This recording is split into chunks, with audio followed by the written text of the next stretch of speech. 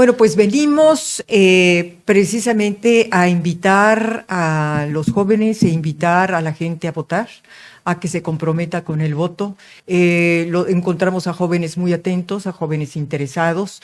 Les hablábamos de que en este momento son los jóvenes los que tienen la palabra.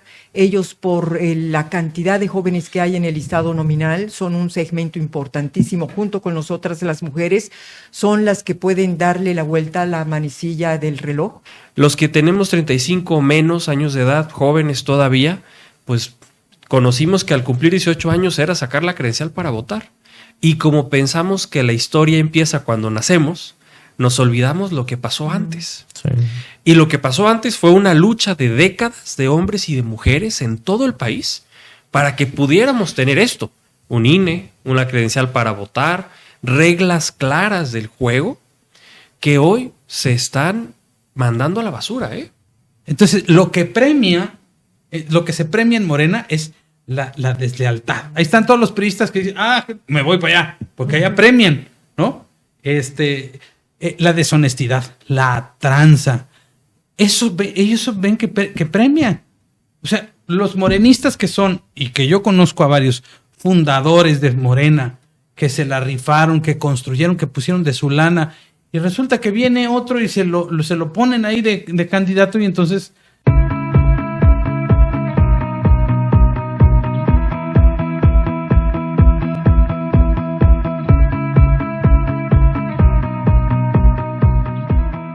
Hola, ¿qué tal, amigos? Bienvenidos a su podcast Generación Sí. Aquí en Sí por México, como ya saben, aquí en Generación Sí siempre estamos buscando que llevarles grandes líderes, grandes personas que están luchando aquí en nuestro país, en nuestra ciudad. El día de hoy vamos a tener aquí unos súper invitados que la verdad son personas que nos han motivado mucho el día de hoy, Lucero. Estamos muy contentos con los invitados que tenemos hoy. Son defensores, luchadores de este país, que luchan todos los días por la democracia. Y hoy estamos de manteles largos en este espacio. La verdad es que todo el día, y de hecho se lo merecen, han recibido aquí en nuestra ciudad, en Ciudad Juárez, pues un gran recibimiento, y la verdad es que mucho de estos aplausos, porque la verdad es que hace falta luchar, y pues no va a ser esta la ocasión, así que vamos a también un aplauso fuerte a todos ustedes, porque la verdad no siempre tenemos aquí en la mesa grandes luchadores a nivel país, y la verdad es que ustedes hoy nos han inspirado, nos han enseñado mucho el cómo hablar en público, y no nomás en público, sino pues han tenido grandes batallas allá, no nomás en México, ¿verdad?, sino en todo el país. Así que, porque nada, bienvenida Beatriz Pajés. Gracias, no, al contrario, un placer y un privilegio estar aquí con ustedes, un gran saludo. Ahí te vamos a conocer un poquito más, chavos, ahí de Beatriz Pajés. También nos acompaña Amado Bendaño. Bienvenido, Amado. Muchísimas gracias del otro lado de mi planeta. Yo soy chiapaneco y estoy en el otro extremo. Y también nos acompaña también de otro extremo del país. Muchas gracias, Javier, Lucero, qué gusto estar con ustedes. De Tijuana, otra ciudad fronteriza, hermana de Ciudad Juárez. Me da mucho gusto estar acá. Y la verdad es que vamos a comenzar poco a poquito para que los chavos, los jóvenes que nos sigan por acá, primero que nada los conozcan ustedes. Empezamos por ti, Beatriz. Platícanos. Y la verdad es que, chavos, antes de empezar, tienen un super currículum. La verdad es que Beatriz, por lo que vimos, ha entrevistado grandes personalidades como Fidel Castro y otras personas en la ONU. Un currículum que queremos muchos, Sí. Porque hoy que lo conocimos, de mi parte al menos, se llevó un fan. Hombre, muchas gracias. No, bueno, ya me voy súper realizada de aquí de Ciudad Juárez. Pues mira, yo soy como varios de ustedes, soy colega de ustedes, yo soy periodista de origen, actualmente soy directora de la revista Siempre, y pues soy activista. En este momento pues estamos participando con muchas organizaciones ciudadanas en la defensa del voto, en la concientización para llevar a los ciudadanos, a los jóvenes, a las clases medias a votar en un momento muy importante para el país, del cual ya platicaremos. Muy crucial. Y la verdad es que ahorita tuvimos varias reuniones con empresarios y varias personas de la ciudadanía, y la verdad es que salieron todos muy motivados. Y ahorita vamos a ver qué cosas fue lo que invitaron ustedes tres en estas conferencias. Por acá, César, platícanos un poco de ti también. Bueno, rápido, tijuanense, abogado, activista, comprometido con mi país. Tuve la oportunidad de servir a mi país en ambas cámaras como secretario técnico y asesor, en la Secretaría de Gobernación, en la Procuraduría General de la República y en el IFE y en el INE. Y eso me ha obligado a seguir sirviendo a mi país, ahora desde otra trinchera, que es la ciudadana, que es el activismo social, que es la lucha por la democracia, por la defensa de nuestras libertades. Y en eso me he reencontrado a grandes personalidades que admiro, quiero y reconozco, como Amado, como Beatriz, que en estos años hemos creado ciudadanía y hemos contribuido desde Sí por México, desde Unidos, con la Marea Rosa, con estas marchas. Y bueno, contribuiremos hacia el 2 de junio con la participación de la ciudadanía en las urnas. Ya que ahorita es el momento de la ciudadanía y de hecho ahorita vamos a platicar un poquito de estas marchas, esta Marea Rosa que inició hace unos años. Y cuéntanos también, Amado, para que te conozcan los jóvenes de acá de Ciudad Juárez. Bueno, yo soy comunicólogo, maestro en Administración Pública y Política Pública. Antes me dedicaba a ser periodista y ahora soy youtubero. Tengo un canal que se llama 500 Noches. Síganme. Aquí vamos a dejar. Y una comunidad que se autodenomina la Quinientocracia, que es parte también de la esencia de estas movilizaciones que hemos tenido. Una comunidad muy, muy participativa que literalmente está en todos lados, incluido Ciudad Juárez, desde luego. Sí. Oigan, y pues ya los conocieron, ya les platicaron un poquito de quiénes son, de qué hacen, pero ¿qué los trae por Juárez? ¿Qué vinieron a hacer? Platíquenos qué hicieron todo este día, porque los recogimos en el aeropuerto, pero la gente que nos va a ver quiere saber a qué ¿Qué vinieron. están haciendo por acá? Bueno, pues venimos precisamente a invitar a los jóvenes e invitar a la gente a votar, a que se comprometa con el voto. Estuvimos en la universidad, estuvimos en el Tecnológico de Monterrey en la mañana. Encontramos a jóvenes muy atentos, a jóvenes interesados. Les hablábamos de que en este momento son los jóvenes los que tienen la palabra. Ellos, por la cantidad de jóvenes que hay en el listado nominal, son un segmento importantísimo. Junto con nosotras, las mujeres, son las que pueden darle la vuelta a la manecilla del reloj. Ellos se pueden convertir en los promotores y en los ejecutores del gran cambio que necesita en este momento México. Y bueno, es un llamado sobre todo porque a ellos, porque pues sabemos que no han estado muy interesados en la participación. Se habla de la apatía de los jóvenes y los entendemos, tenemos que entenderlos, porque yo les comentaba ahí en el Tecnológico que muchas generaciones no hemos hecho lo suficiente, lo necesario para interesarlos. No lo han hecho los gobiernos, no lo han hecho los partidos políticos, tampoco las universidades, pero me parece que esto que estamos viendo de que hoy necesitamos a los jóvenes y que los jóvenes no están, me parece que esto nos va a obligar a darle una vuelta a las cosas. Yo creo que a futuro las universidades van a tener que comenzar a cambiar los planes de estudio. Yo les comentaba ahí a varios jóvenes que se me acercaron, yo les decía, bueno, es que muy bien, a ustedes les enseñan a ser líderes en el tema de negocios, los enseñan a ser muy competitivos, les enseñan a ganar dinero, pero lo que no les enseñan, y esta es la asignatura pendiente, es a comprometerse con su comunidad y a comprometerse con el país, porque tal parece que comprometerse con el país únicamente es una tarea prioritaria y única de los políticos, y eso no. Comprometerse con el país es tarea de todos y cada uno de los ciudadanos. Estamos hablando de que estamos en una situación de riesgo porque hemos visto en estos 5 años el avance de un gobierno muy autoritario. No queremos que México entre a una dictadura y precisamente por eso necesitamos que los jóvenes participen para impedir que México entre a un túnel oscuro sin retorno. Entonces, esa ha sido parte de nuestra actividad. Estuvimos también con los empresarios, con las distintas cámaras empresariales. Ahí dimos una conferencia precisamente sobre el autoritarismo, precisamente sobre los riesgos, y pues vimos a gente que estaba muy emocionada y muy interesada. Sí. Algo que a lo mejor a mí me marcó mucho de lo que comentaron hoy en el día es que los jóvenes, y lo comentabas, me tocó contigo en Tesla escucharte, que la verdad es que es cierto, muchos de los jóvenes entre 18 y 20, bueno, hasta los 30 y tantos. 39. Sí, no les tocó mucho parte de cómo es que antes literal se luchaba más intensamente porque ni siquiera existía el INE, teníamos, y de hecho me acuerdo que mencionaste lo de la CFE, ¿verdad? Que ahorita nos cuentas un poco de esto, pero creo que es el peligro que hay, ¿no? Hoy la historia nos ha pasado completa a los jóvenes, y los jóvenes como que siento que hay un cacho de los adultos que están luchando, y luego un sesgo, y de repente los jóvenes como que, caray, pues ¿qué? ¿Por qué es tan importante esto? ¿Qué está pasando? Está como que desenchufados, ¿no? De un poquito de la historia y de cómo está el país. Sí, Javier, fíjate que en mi experiencia de los 35 años para abajo se cae esta conciencia histórica, porque hemos sido sumamente privilegiados. Los que tenemos 35 años o menos, nacimos prácticamente ya en un México democrático. No conocemos el viejo régimen priista. Esos sexenios donde gobernó el PRI más de 70 años, pues nos suenan a historia. Los fraudes electorales que se han referido, pues lo decían en la mañana, es que eso pasó el siglo pasado y suena muy lejos. Sí. Y es cierto, pasó el siglo pasado, pero hace apenas ayer que ocurrió en nuestra historia. No conocemos devaluaciones, no conocemos inflación a 3 dígitos, no conocemos lo que es perder nuestro patrimonio. Olvidamos que antes votaban los muertos, que no había credencial para votar, que uno podía llegar a registrarse y decir yo voy a votar por mí, mi mamá y mis hermanos. Y yo ejercía el voto de todos ellos, a lo mejor hasta el de mi papá, que en paz descanse, ¿no? Entonces, las reglas democráticas de hoy son muy recientes. El Instituto Federal Electoral propiamente se creó en la segunda mitad de la década de los 90. La transición a nivel federal ocurrió en el 2000 con la presidencia de Vicente Fox.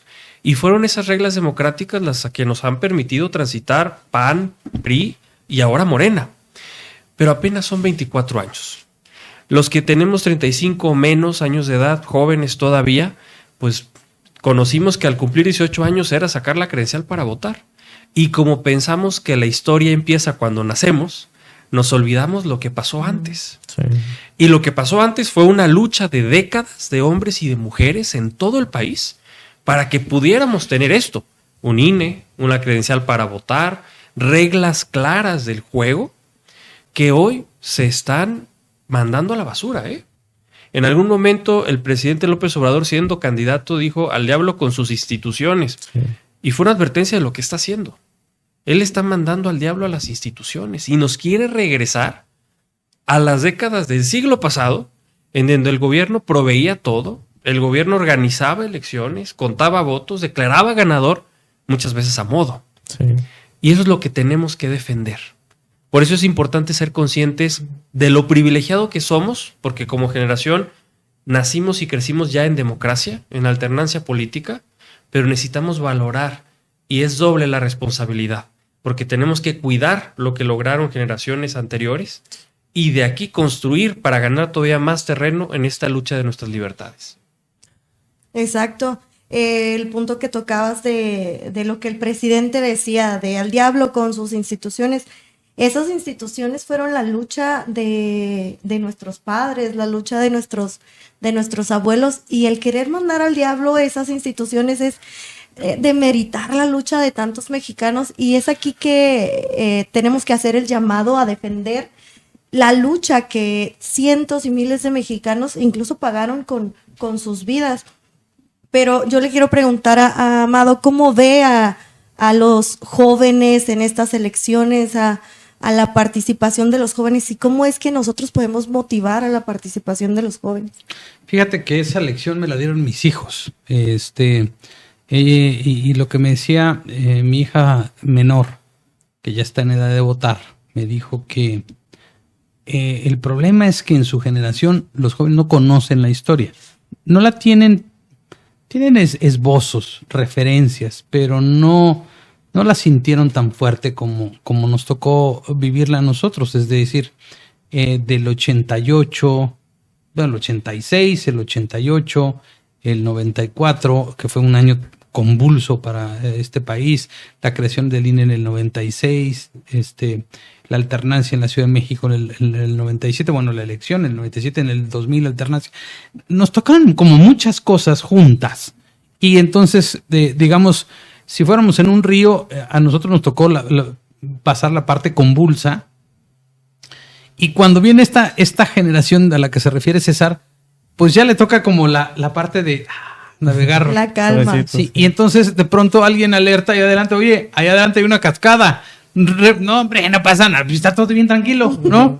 No, pero ya viene una cascada y no, es que aguas con eso. Entonces tienes, la obligación que tenemos estas generaciones es compartir de una manera generosa, no como regañando, sino de una manera generosa, compartir la historia de este país desde el punto de vista que te tocó vivir adentro de tu casa, ¿no?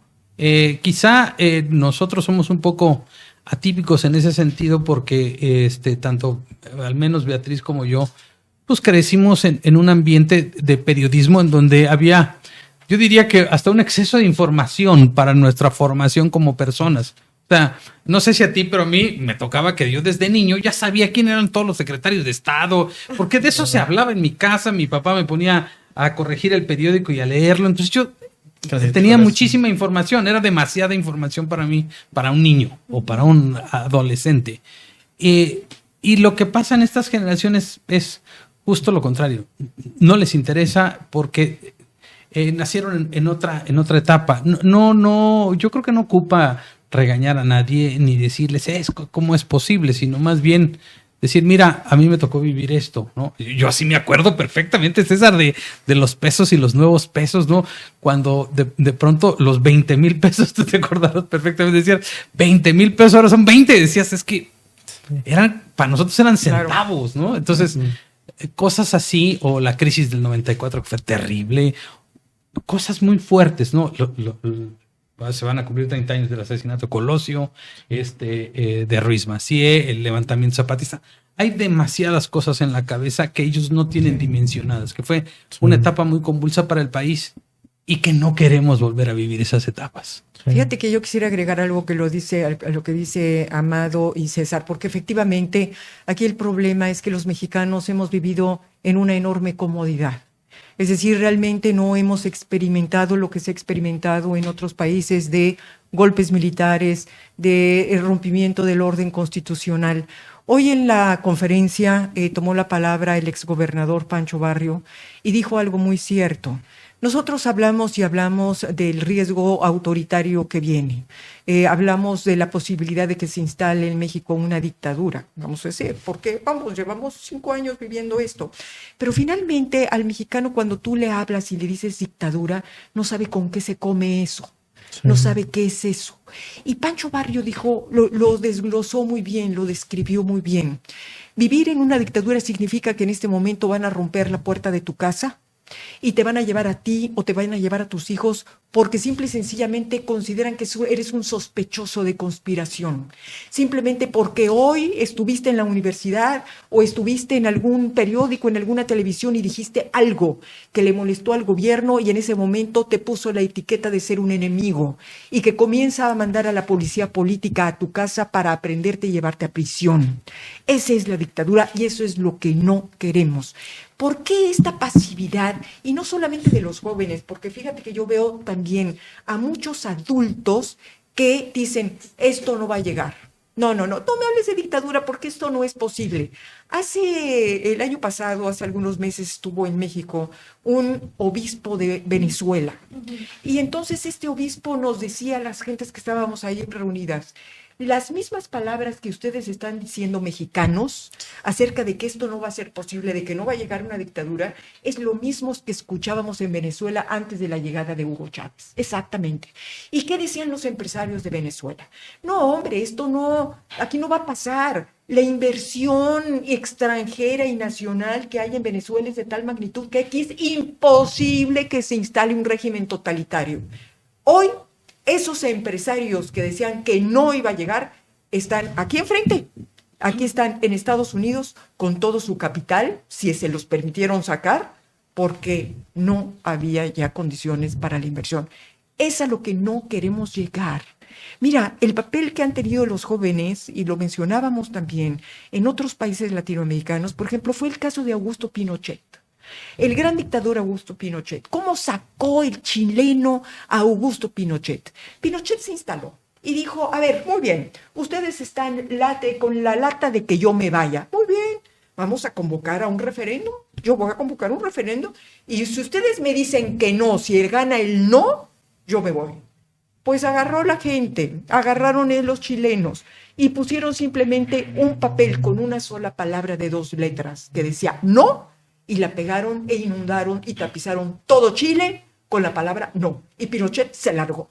Eso es lo que tenemos que hacer en este momento los mexicanos para impedir que se instale en México un régimen más autoritario del que tenemos. En esta parte, a lo mejor también lo pienso porque aquí en la ciudad, yo creo que en el país, por lo mismo que comentan, es como un río que vamos ahorita calmados aparentemente, pero es que la verdad es que ya, pues AMLO y muchas personas de este régimen, por así decirlo ahorita, que están en el poder, pues ya han dado señales, ¿no? Red flags de que pues, han golpeado instituciones, pero ustedes que están más cerca de todos estos peligros allá en la ciudad, porque a lo mejor a nosotros nos llegan redes, pero pues no vemos tanto lo que está pasando y cómo contesta. Y a los cómo que habla, nos ¿verdad? llegan, porque Sí. está claro que muchas personas de todos lados, pues muchas veces no le prestan atención a la política, a lo que Sí. dice AMLO.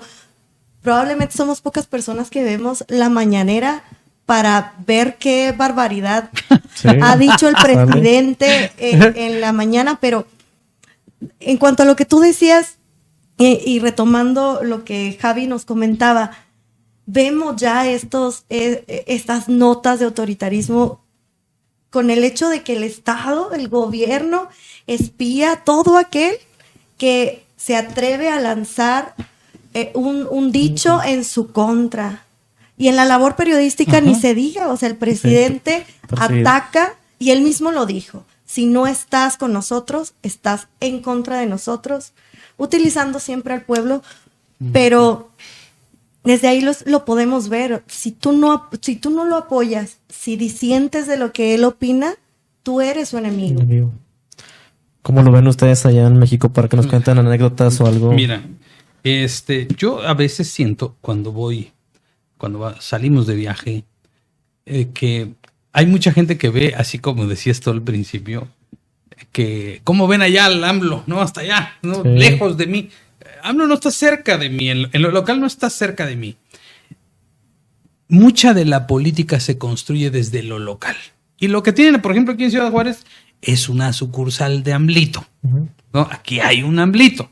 Y hay AMLitos por todos lados, así como los gremlins los reproducen y los ponen. Y entonces, un ejemplo muy claro es el gobernador de Veracruz, por ejemplo, ¿no? Que es, ellos se posicionan, hagan de cuenta que andan como en trance y se les mete el espíritu de AMLO y empiezan a hablar igual. Y empiezan a decir las cosas que dice AMLO, ¿no? Y luego dicen los presidentes, mira, funciona. Y entonces entran en trance también ellos y entonces empiezan a hacer las mismas que el presidente. Porque el presidente, es cierto lo que dice el presidente. ¿Te acuerdas que decía si el presidente es honesto, todos abajo van a ser honestos? Pero si el presidente es un auténtico. ¿No me corten el audio? No. Dilo. No, pues, ¿qué esperan los demás? Les está dando justamente la autorización para que hagan lo mismito Claro. en lo local. Lo que les está diciendo es, así se controla en lo local. Y entonces se empiezan a volver cínicos. Y luego empiezan a hacer escuela. Entonces, lo que se premia en Morena es la deslealtad. Ahí están todos los priistas que dicen, me voy para allá, porque allá premian, ¿no? La deshonestidad, la tranza. Ellos ven que premian.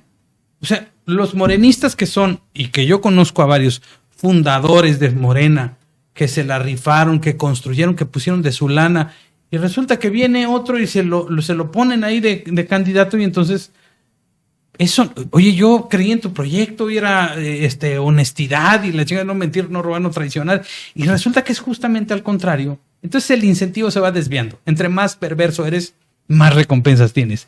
Y eso permea hacia abajo. Entonces las nuevas generaciones también dicen, yo quiero estar en el poder, entonces tengo que ser así. Los incentivos van para Replicar allá. el discurso y las Y a eso acciones. hay que ponerle un alto desde lo local.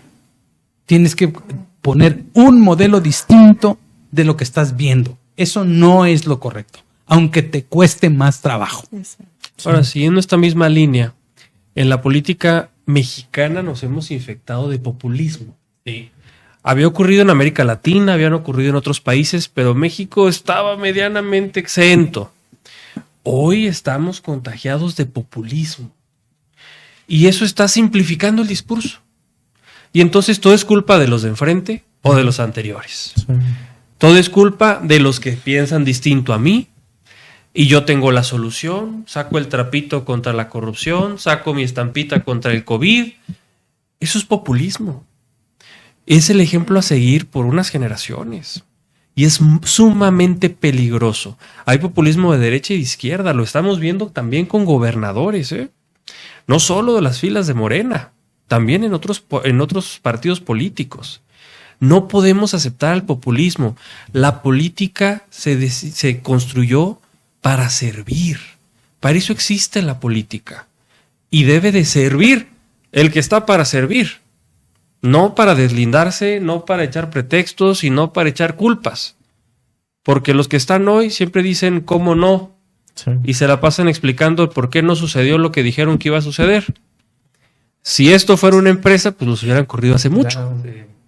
El primer año. Y la verdad es lo que veamos, porque la pasa prometiendo el sistema de salud de Dinamarca, que el otro año, el que sigue, y la gente es lo que no creemos, que cómo siguen creyendo que algo que no pasó en 5 años, para marzo, para abril, para mayo, y así como eso, pues también ahorita que ya está en las campañas, pues con Claudia, ¿no? Que se le escapa por ahí el que siga la corrupción, y como que la gente lo ve y lo cambia un poquito la palabra, y ya la gente como que ahorita es como un virus que se infecta, lo dijo, pero no es cierto. Ya después cambió las palabras y ya le creemos todo lo que digan. Entonces, ¿cómo le hacemos para combatir este virus que está pasando ahorita en nuestro país? Y que... Muy difícil, es una enfermedad. Pero fíjate que ahorita que estabas platicando sobre esto, estabas narrando esto, me vino a la mente una entrevista que le hicieron hace algunos años a uno de los generales más importantes de Hugo Chávez, del expresidente de Venezuela y dictador de Venezuela.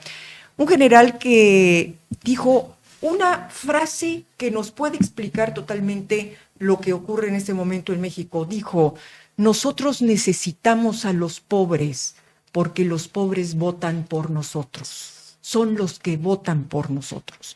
¿Qué pasa en las mañaneras? Tú que preguntabas. A ver, el presidente se aprovecha de una cosa, se aprovecha no solamente de la pobreza, se aprovecha de la ignorancia de los pobres.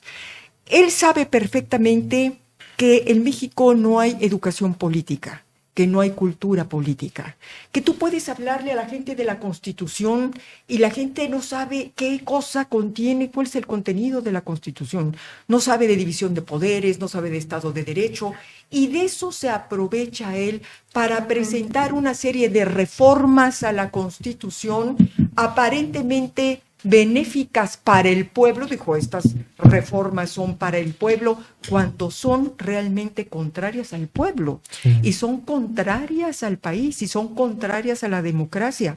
Mira, lo que dijo el 5 de febrero. El 5 de febrero agarró, sentó a la esposa al lado, ¿verdad? En calidad de vicepresidenta de México, algo parecido a lo que hace el dictador de Nicaragua, Daniel Ortega, que tiene como vicepresidenta a su esposa, que es una cosa espantosa en todos los sentidos. Claro. Y entonces empezó ahí a presentar sus 20 reformas a la Constitución, de las cuales cuando menos 4 o 5 de ellas son un golpe al texto constitucional, son prácticamente un golpe de Estado. Pero ¿qué pasa?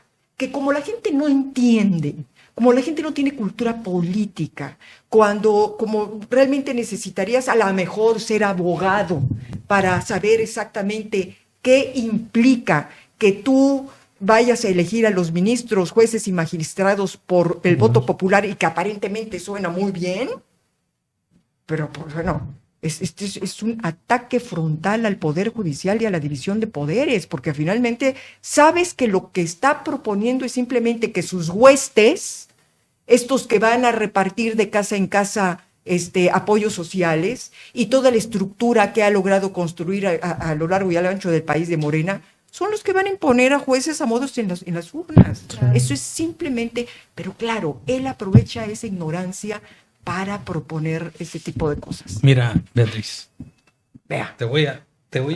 Me hiciste recordar justamente lo que dijo Andrés Manuel el 4 de enero de 2023, y lo encontré aquí. Dijo: ayudando a los pobres va uno a la segura, porque ya saben que cuando se necesita defender, en este caso la transformación, se cuenta con el apoyo de ellos. No así con los sectores de clase media ni con los de arriba, ni con los medios, ni con la intelectualidad. Entonces, no es un asunto personal, es un asunto de estrategia política. ¿Te acuerdas cuando dijo que los pobres eran como las mascotas? Ah, sí. Que eran los solovinos. Solo- Está. Y en esa Es eso parte, justamente lo que tú citaste ahorita. Es exactamente, es esta concepción que los uniforma, ¿no? Sí. esta parte, la ignorancia, yo creo que es la que está ayudándoles a que reine toda esta parte. Y, por ejemplo, ahorita, entre las reformas que mandó, y que pues, de hecho de ahí nació toda la parte esta de defender el INE y la democracia, y una de las que más nos ha movido últimamente, esperemos que también a los chavos podamos entenderlo, ¿cómo está proponiendo que deje de existir este instituto y que otra vez parte a ser algo como un árbitro dentro del gobierno, ¿verdad? Y que podamos contar a los chavos, pues, este gran peligro que sería, ¿no? Si nos quejamos, y lo contamos mucho aquí en el podcast y con chavos, si nos quejamos mucho en los partidos de fútbol de que la América compra el árbitro, o sea, ¿por qué no lo vemos así, verdad? Acá, ¿verdad? Cuando dicen, no, pues gastamos mucho en el INE, mejor que pase acá, pero ¿qué peligros estamos enfrentando ahí?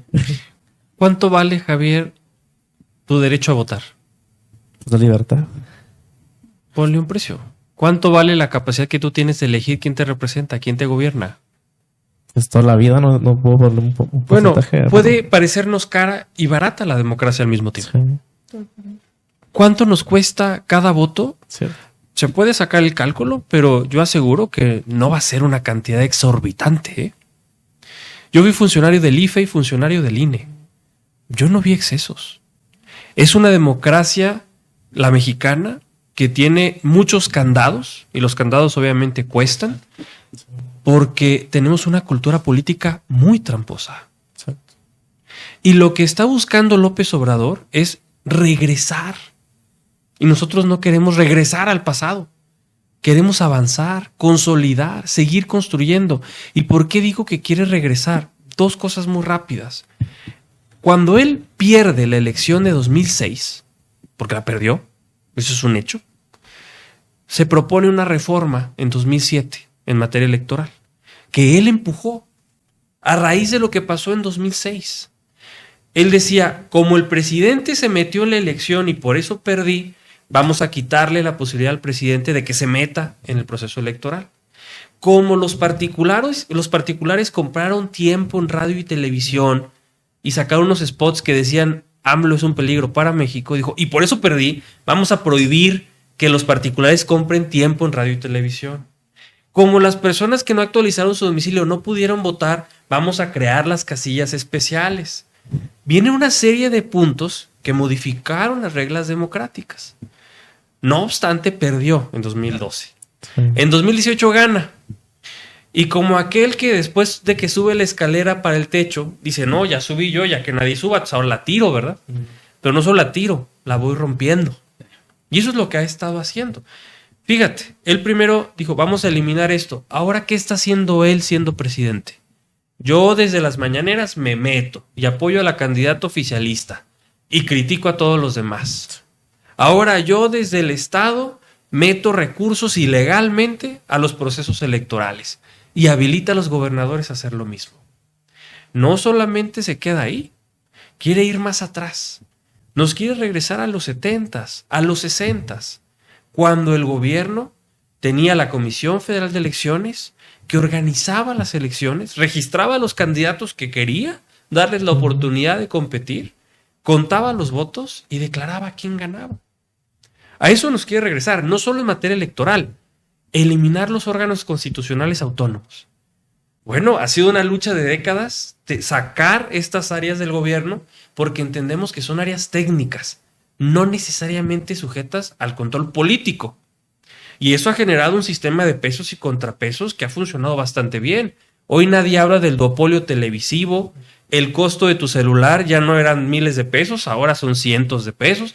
Eso es gracias a la sana competencia, a que ya es técnico, no político. ¿Qué está haciendo él? Bórrenme todo eso, como era en 1970. Ahora todo depende del Ejecutivo, que soy yo. A eso nos quiere regresar. Y eso es lo que no podemos permitir. El Estado nos ha enseñado que el gobierno no sabe administrar ese tipo de recursos. Lo hemos visto con el Pemex, lo hemos visto también con CFE, que ahorita nos afecta aquí en la ciudad. De hecho, hay muchas empresas que han estado pillándole al gobierno de, oye, no tengo la luz, no tengo los convertidores necesarios para poder trabajar. y pues sigue apostando, la verdad, energías ya súper pasadísimas.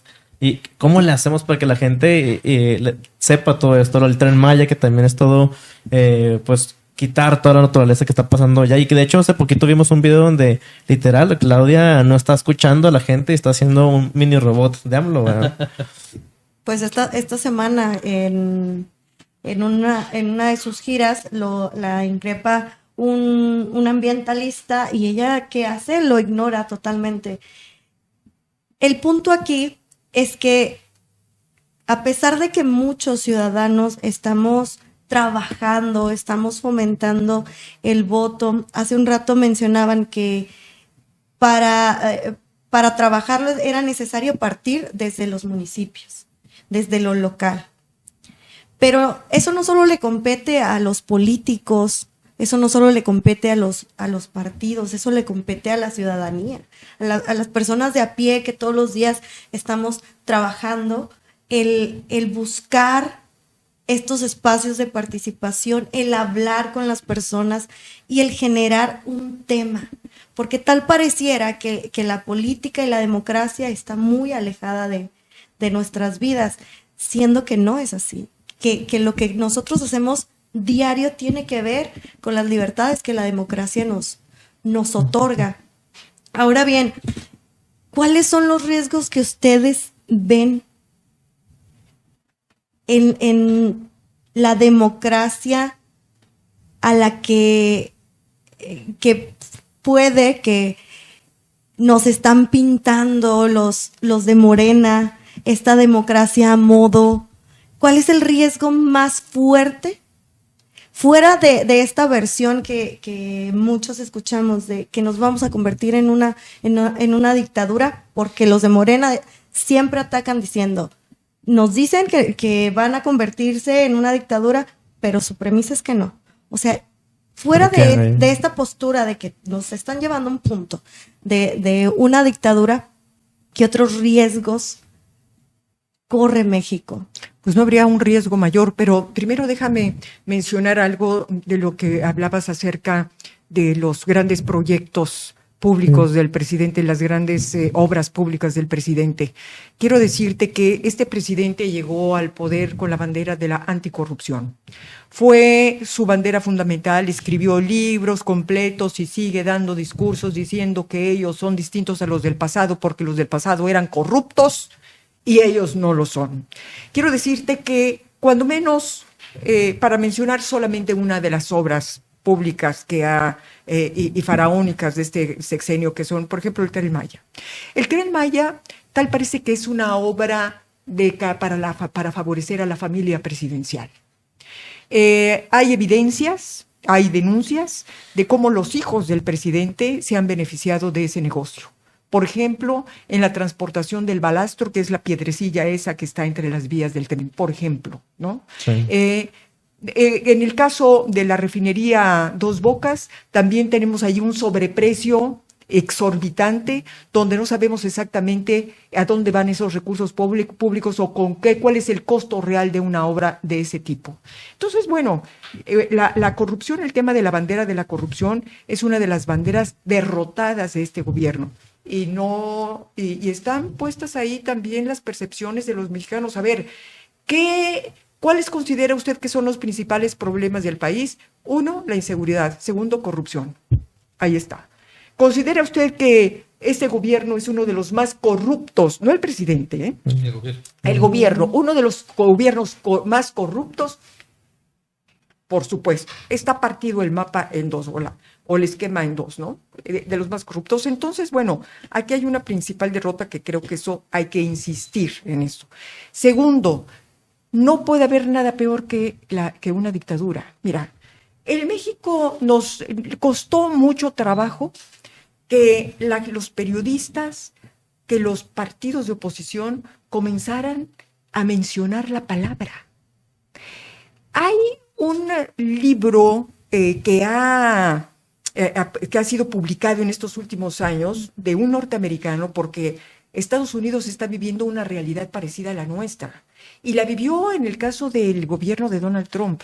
Cuando Donald Trump estuvo gobernando, aparecieron y fueron publicados una serie, una literatura muy vasta sobre los riesgos de la democracia. Y hay uno de ellos que decía algo muy importante.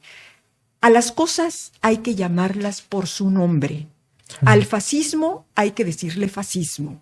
A la dictadura hay que decirle dictadura. Y eso nos ha costado mucho trabajo a los mexicanos. A los mexicanos nos gusta darle la vuelta a las cosas. Oye, no me digas de dictadura porque eso suena muy fuerte. No puede haber cosa peor para un pueblo y para un país que caer bajo un régimen dictatorial. Porque en ese momento se cierra la puerta. Se cierra la puerta a las libertades, se cierra la puerta al crecimiento económico, se cierra la puerta a la calidad de vida, se cierra la puerta a nuestra forma y estilo de ser. ¿Qué queremos? ¿Qué queremos? ¿Ser una China de Mao? ¿Queremos ser una Cuba de Fidel Castro? ¿Qué queremos? Es decir, digamos las cosas como son. No puede haber cosa peor que permitamos que gane Morena y que se instale y se consolide en el país un proyecto político dictatorial. ¿Por qué crees que la gente, a pesar de todas estas pruebas que día a día salen, por ejemplo, mencionas ahorita lo del balastro, en los audios de los familiares de Andrés Manuel que decían, pues ya si se descarrila el tren ya va a ser problema de otro gobierno? Porque a pesar de que la gente escucha todo eso y los medios de comunicación independientes les muestran, les llevan las pruebas, no pasa nada? ¿Por qué la gente no se queda ahí? ¿Por qué seguir apoyando? Yo creo que sí pasa. Y pasa. Lo que a mí realmente me ha preocupado no es que la gente que sigue a Andrés le siga creyendo. Lo que a mí me preocupa mucho es que la gente que no cree en Andrés le crea. Ese me parece que es el principal problema. Los fanáticos son y le van a creer lo que diga y lo que haga. Sí. Pero cuando él sale y dice que él tiene el 80% de popularidad y que hay una encuesta que es el segundo líder más popular del mundo, hay mucha gente de este lado que le cree. ¿Qué pasa si mañana dice, oye, pues fíjate que yo ya aprendí a volar? Pues dices, o sea, bueno, si te dice que tiene el 80% de popularidad, pues dile lo mismo. O sea, compara. La tarea nuestra es cuestionar lo que te está diciendo permanentemente. No puede mostrárselo a alguien, a ti mismo. Por ejemplo, si él dice, es que yo tengo una popularidad súper chingona, ¿no? Y lo mides, 53% creo que anda en promedio. Pues compáralo, cómo andaba Fox, cómo andaba Calderón, cómo andaba Peña, cómo andaba Zedillo, cómo andaba Salinas. El único que era menos popular que Andrés es Peña Nieto, que andaba en el 17, ¿no? Pero todos los demás tenían más aceptación que el propio Andrés. Con todo y mañaneras, con todo y la propaganda, la lana, todo. En realidad es un presidente muy débil, porque necesita forzosamente de eso para estar ahí. Yo creo que hay que derribar el mito, así como lo fuimos derribando. No sé si estarán de acuerdo conmigo, es el año pasado cuando decían, ¿y dónde está la oposición? No vemos a ningún lado la oposición. Entonces, das un manotazo en la mesa con lo que pasó con el Frente Amplio por México y eso ya se disipó. Sí. Ahora, luego vino la idea de, este arroz ya se coció, ya ganamos, y hay otro manotazo en la mesa que le dice, eso no es cierto. ¿No? Y luego vienen las encuestas y le dicen, no es cierto. Tienes que estar derribando esos mitos, porque esa es la responsabilidad que tenemos de decir, eso no es cierto. Y lo tienes que demostrar con cosas, simplemente comparándolas con otras, se derrumba el mito de Andrés. El día que Andrés se calle, se le acabó el gobierno, porque él con lo único que gobierna es con las mañaneras. Cállalo y se viene para abajo, de veras. Ese es un mito, Andrés, y la cuarta transformación, pomposamente llamada, es un invento que posicionó la cabeza de mucha gente. No me preocupa, insisto, la gente que se fanatiza con eso, sino la de enfrente que se lo cree, por el amor de Dios. nunca ha dicho la verdad, ¿por qué le vamos a creer algo? Ahora déjame complementar con unos datos. Que si López Obrador no ha perdido seguidores en estos años de gobierno, miren, ganó en 2018 con 30 millones de votos. 2021, la misma coalición, Morena, Verde, PT, recibió 20 millones de votos. Ahí se cayeron 10 millones de personas, ¿eh? Y en la revocación de mandato, en 2022, con su insistencia, su promotoría y toda la operación de Estado, salieron 15 millones de personas. Trabajando. Que si no ha perdido, pues ahí salieron la mitad a defenderlo, a según él ratificarlo. Pero no me preocupan, igual que Amado, esos. Me preocupan los otros. ¿Por qué? Me explico. En 2018 ganó él con 30 millones de votos. José Antonio Meade y Ricardo Anaya, que eran los otros candidatos presidenciales, juntaron otros 30 millones. Los voy a redondear. En un padrón de poco más de 90 millones de personas. Ahí habían 30 millones de personas que no salieron a votar. Esas son las personas que me preocupan. En este 2024, este 2 de junio, esas son las personas que tienen que salir a votar. Y esas son las personas que tienen que salir a manifestarse y decir, no estoy de acuerdo con lo que está pasando y quiero este rumbo para mi país. Lo peor que podemos hacer es quedarnos callados. Si nos hubiéramos quedado callados, no hubiera habido marea rosa. No se hubiera frenado el plan A y ya hubieran eliminado al INE. No se hubiera llenado el Zócalo, que el presidente pensaba que era su patio trasero personal, Sí. y la Corte hubiera avalado incluso las inconstitucionales. Fue por la presión de la ciudadanía que salimos a manifestarnos y tenemos que salir con estos otros 30 millones de personas que están en la abstención. Ese es el reto y ahí es donde podemos hacer mucho. Y esta parte creo que, y como lo dijiste ahorita bien, yo creo que es puro humo en esta parte lo que está saliendo a defender todos los días. Y la verdad es que creo que sí. Y ahorita vamos a poner ya esta parte de la esperanza, ¿no? Si hay una esperanza este 2 de junio para poder salir adelante, si hay un cambio y platíquenos un poco ustedes esta parte, porque es cierto, tiene el Frente Amplio que se creó, que mucha gente empezó a ver, pues cómo es que los tres partidos se unieron, los que eran enemigos, pero ahora están trabajando en equipo, es parte de la esperanza, ¿no? Y cómo es que ahorita es cierto, Xóchitl se les abrieron las puertas allá en Palacio y de repente otra vez empezó, y de hecho me gustó mucho que dijiste eso, que aunque Beatriz que también ha trabajado muchos años, ¿verdad? Xóchitl en pocas semanas y pocos meses, de verdad levantó la mano y aún sin querer ella, ¿no? Por lo que nos comentas, ¿verdad? Sí. Pero es la parte de cómo es que realmente se ha ido construyendo una opción que yo creo que a todos nos haría mucho mejor, ¿verdad? Y que realmente una opción que realmente es la esperanza para nuestro país. Mira, yo creo que la candidata Xóchitl Gálvez ha dado un brinco impresionante. Ha habido por parte de ella una evolución como candidata. Ella no es la misma de cuando empezó a este momento. Es una mujer con un mensaje político muy claro. Creo que son cada una de sus expresiones, cada una de las entrevistas que da, cada uno de los discursos que da, son tiros de precisión que han logrado posicionarla, uno. Entonces ahí creo que hay una muy importante esperanza que además ha crecido de manera interesante en las encuestas, de tal manera que se ha venido cerrando cada vez más la encuesta entre una y otra candidata. Segundo punto, yo creo que la esperanza está del lado de la ciudadanía, porque, insistimos, esta ciudadanía que hoy está en las calles y que seguramente va a crecer y va a estar en las urnas, no existía esa ciudadanía en el 2018. ¿Qué pasó en el 2018? En el 2018 los partidos políticos hicieron lo que quisieron. Incluso yo diría, y esto es mi posición personal, yo creo que desde el gobierno en turno del pasado gobierno del presidente Peña Nieto y su partido de alguna manera ayudaron a que ganara López Obrador. ¿Y cómo lo hicieron? Simple y sencillamente bajando los brazos. Esa es una forma de cuando permites los partidos, cuando los permiten que el otro gane. Simplemente no haces nada. Creo que eso es lo que, por eso también subrayamos efectivamente el triunfo y la popularidad de López Obrador y la forma como supuestamente llegó a la presidencia de la República es un mito. Eso creo que le falta análisis, porque no fueron todos votos de él, son votos que le regalaron otros por temor, porque el cuate es un gran amenazador y tenía amenazado al presidente de la República con que o a ver, o hacía algo, o él podía hacer una serie de denuncias. Entonces, bueno, tenemos que analizar todavía eso. Entonces, segunda esperanza, hay una ciudadanía activa que está operando y que no existía hace 5 años. Y por el otro lado, otra esperanza, tenemos la mira internacional.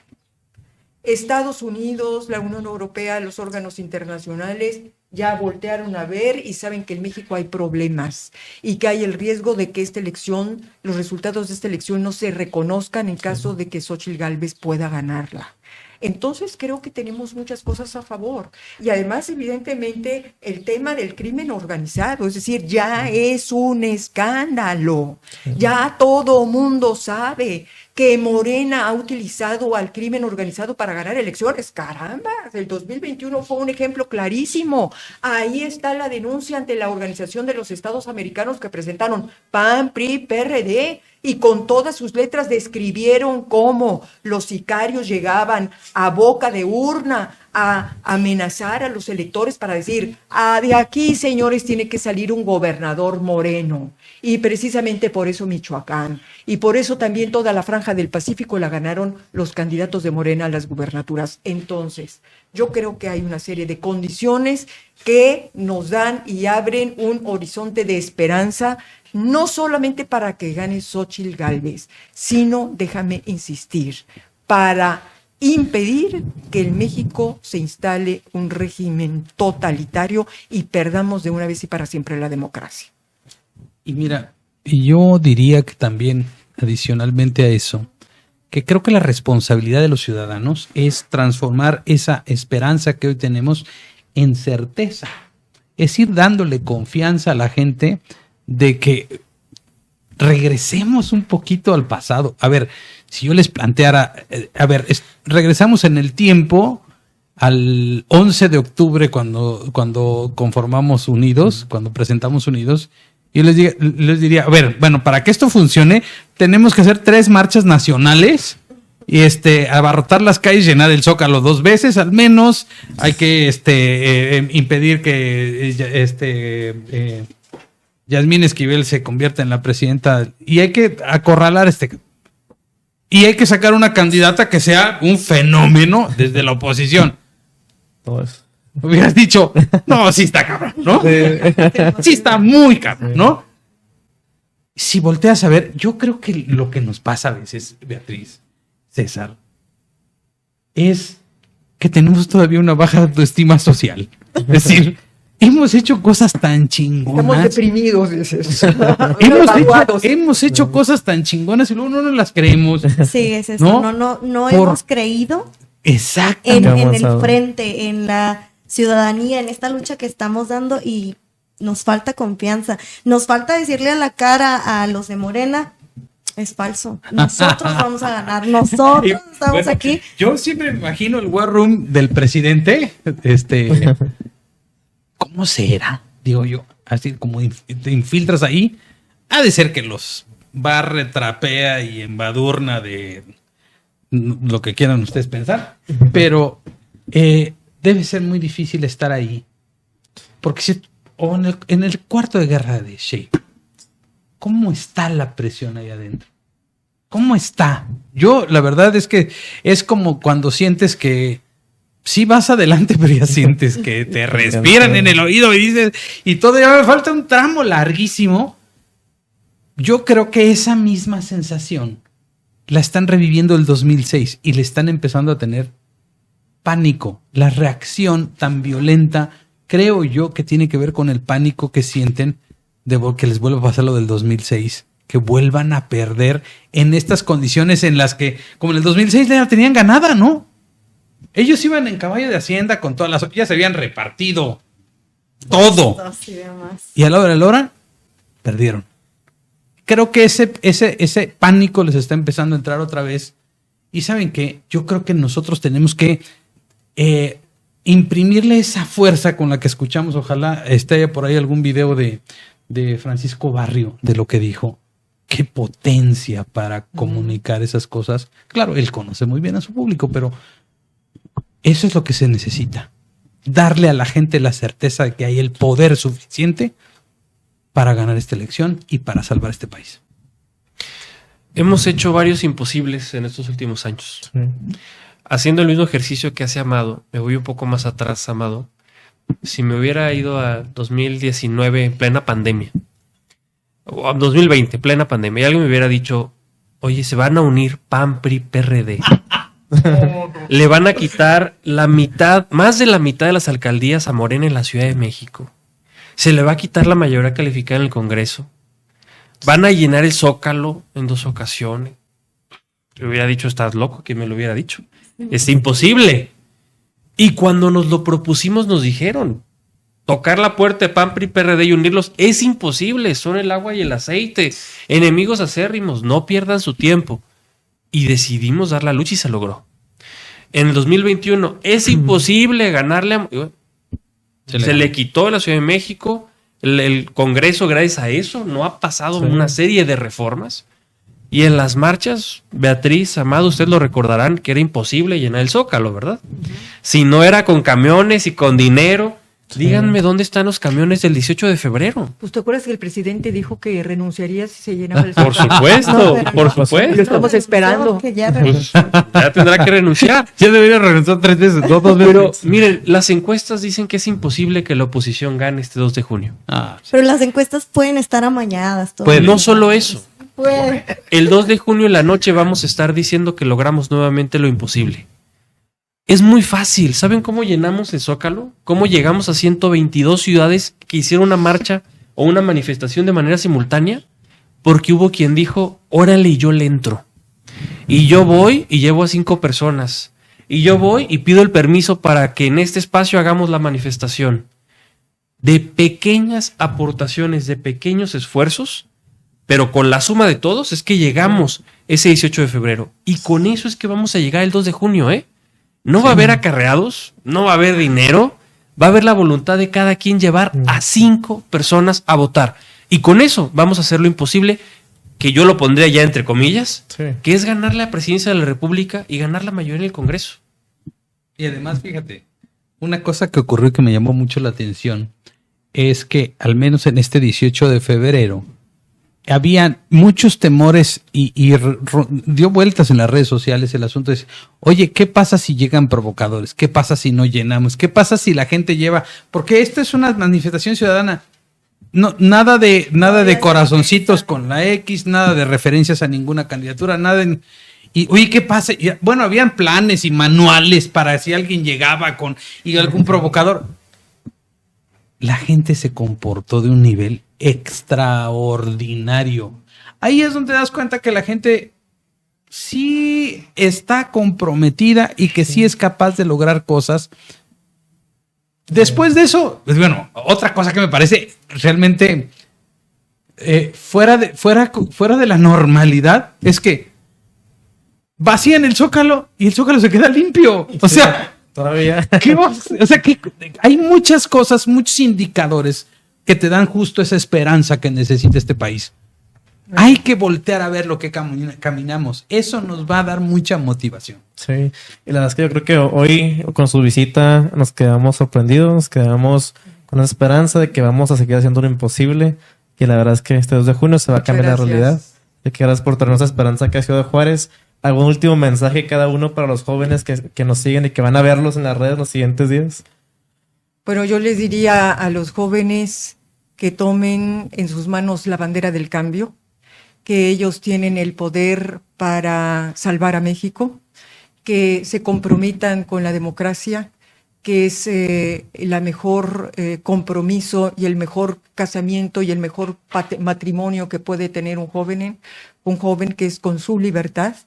Y creo que ellos tienen en este momento el poder para darle la vuelta a las cosas y para impedir que México se ponga en riesgo. Muchas gracias, Beatriz. Gracias. Mira, yo les diría que así como eligen su ropa, su comida, sus bebidas, su carrera, su trabajo, su pareja, así decidan su futuro también. Vayan a votar, no permitan que nadie les quite esa libertad, no permitan que alguien más decida por ustedes, no dejen esa rebeldía. Háganlo, vayan, manchen su dedo ese día, siéntanse profundamente orgullosos de decir, yo contribuí con que este país sea un país mejor, con el dedo manchado. Eso es lo que les recomendaría. Yo, muy sencillo, les diría que hay que reconciliarnos con la política, entendiendo la política como la discusión y la construcción de lo público. Todos y todas somos políticos. No les compete a unos y a otros no. Nos corresponde a todos. Hay que reconciliarnos, hay que participar. Esa participación es full time. A los 18 años dice la Constitución que nos volvemos ciudadanos, pero solo nos volvemos ciudadanos cuando ejercemos la ciudadanía, ejercemos nuestros derechos. Pasa por salir a votar el 2 de junio, pasa por poner la política de moda y pasa por seguir exigiendo y proponiendo desde lo más pequeño que puede ser nuestra colonia hasta lo más grande que es nuestro país. Nos toca a todas y a todos. Participar. Muchas gracias. No, muchas gracias a ustedes, un privilegio estar aquí. Lucero, ya para despedirnos. Pues agradezco mucho todo lo que hablaron, todo lo que vinieron a hacer aquí con los jóvenes, con los empresarios, el podernos brindar de su tiempo en este espacio, porque muchas personas los van a escuchar y a muchos nos motivan y a muchos nos dan esperanza de que vamos a cambiar, de que vamos a transformar el país y de que sí podemos salir a luchar y sobre todo de que vamos a ganar en las próximas elecciones y vamos a tener al día siguiente una candidata mujer que es en trono y que es chingón. Así es. Pues muchas gracias a todos por esta plática, por esta esperanza. Y chavos, la verdad es que por allá, de verdad, a veces no nos damos cuenta de todas estas partes que hablamos por acá. A veces no nos damos cuenta de los peligros que tiene nuestro país. Pero el día de hoy les decimos aquí todo un resumen de estos últimos 6 añitos, por así decirlo. Un resumen de imposibles que se han hecho posibles. Un resumen de la libertad que estamos protegiendo. Y allá, en casa, donde sea que nos escuchen, créansela. Estamos viviendo ahorita muchos peligros. Y en tus manos ahorita está la opción de seguir con libertad. Atrevámonos a alzar la voz. Atrevámonos a participar y hacer los imposibles posibles. Nos vemos en la siguiente. Gracias. Muchas gracias. Gracias.